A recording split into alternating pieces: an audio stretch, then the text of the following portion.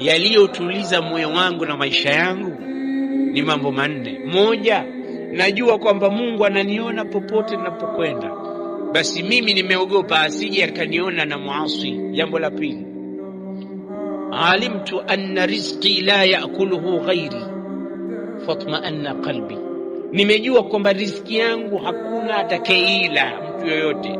Kama Mungu ameandika hii riziki yangu ni ya kwangu tu, hai kwamba ilikuwa riziki yako lakini kaichukua mwingine, basi wewe uliochukua ndo riziki yake, sio yangu mimi. Hili halinibabaishi tena. Wa alimtu anna amali la yaqumu bihi ghairi, nimejua kwamba matendo yangu hakuna wa kunifanyia, napaswa nifanye mwenyewe.